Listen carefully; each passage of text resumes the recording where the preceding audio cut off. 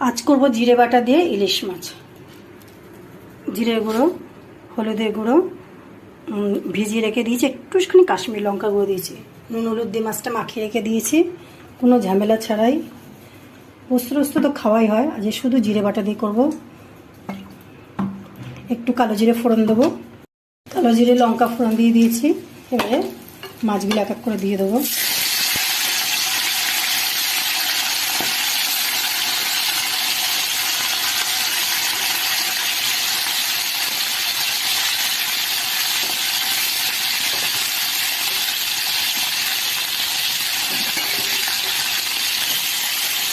বাস এবারে একটুখানি হোক,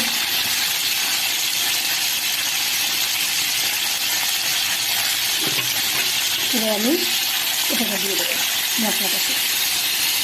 এবার এক বাটি জল দিয়ে দেবো।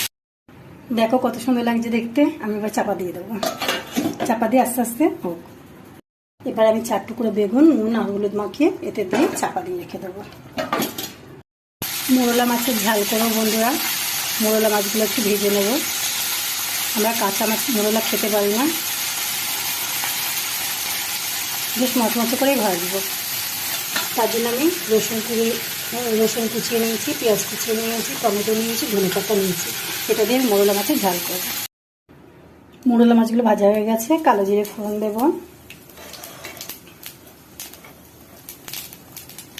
একটু রসুন ফোড়ন দেব,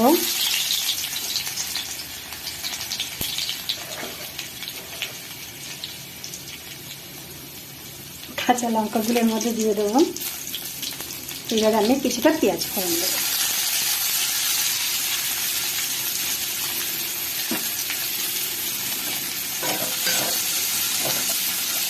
একটু লবণ দিয়ে দিই যাতে পেঁয়াজটা লাল লাল হয়।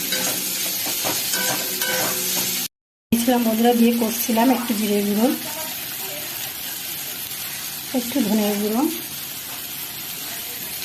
একটু জল,